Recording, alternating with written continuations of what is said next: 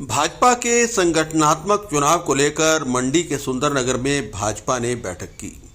यहां पर नेता प्रतिपक्ष जयराम ठाकुर द्वारा प्रदेश की कांग्रेस सरकार पर गारंटियों सहित मंत्रियों में नाराजगी को लेकर निशाना साधा गया।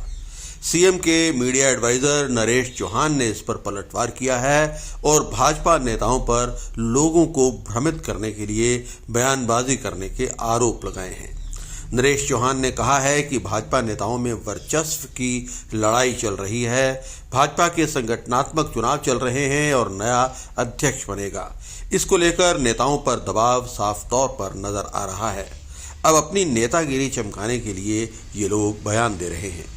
उन्होंने कहा कि कुछ दिन पहले भी भाजपा के विधायक बिलासपुर में बैठक कर चुके हैं और इस तरह की अफवाहें फैला रहे हैं।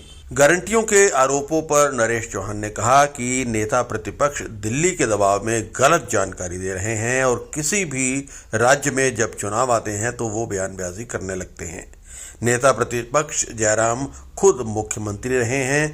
वे अधिकारियों से जानकारी ले सकते हैं कि कांग्रेस ने 5 गारंटियों को पूरा कर दिया है। जयराम ठाकुर जी हैं जो विपक्ष के नेता हैं। मुझे समझ नहीं आ रहा, बार बार इस सरकार को गलत जानकारी या गलत प्रचार करके इनके ऊपर इनकी पार्टी का दिल्ली से कोई दबाव है।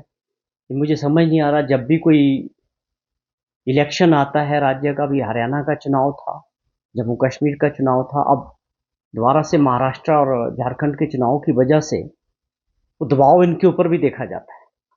बड़ा दुर्भाग्यपूर्ण है। आप शिमला में रहते, हिमाचल में रहते, आपको पूरी जानकारी मिल सकती है। आप मुख्यमंत्री रहे 5 वर्ष तक, अधिकारियों से आपकी जान पहचान है, आप उनसे जानकारी ले सकते हैं कि हमारी सरकार ने किन किन गारंटियों पे काम किया है। हमने जो भी गारंटियां कांग्रेस पार्टी ने लोगों के सामने रखी थी, वो स्वाभाविक तौर पे 5 साल के लिए वादे किए और 10 गारंटियों में से 5 गारंटियों पे हमने काम शुरू कर दिया है और उसमें कोई ऐसी बात नहीं है, ओपन है ये। मैं समझ नहीं आ रहा कि आप विरोध करने का असली कारण क्या है। मुझे लगता है कि भाजपा के अंदर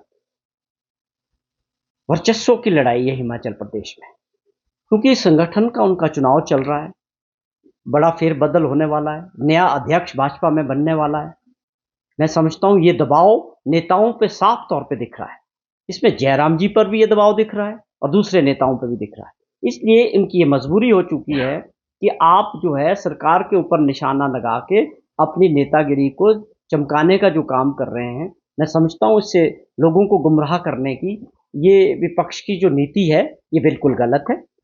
और जहां तक सवाल है कि जो एक भाजपा का बिलासपुर के अंदर जो हमारे पास जानकारी है कि भाजपा के जो लीडर मिले, उसमें विधायक भी थे, कुछ और लोग थे, इनका संगठनात्मक चुनाव चल रहा है, उसके विषय में वो जो बैठक हुई, उसको कुछ मीडिया के लोगों ने गलतफहमी से मुझे लगता है कांग्रेस की तरफ मोड़ दिया। जबकि वास्तविकता ये है कि वो जो मीटिंग का जिक्र हो रहा है सोशल मीडिया पे या मीडिया में, जो बात जानकारी आई, वो किसी व्यक्ति को गलती लग गई। वास्तविकता में वो भाजपा के लोग थे, कांग्रेस का उससे कोई लेना देना नहीं था।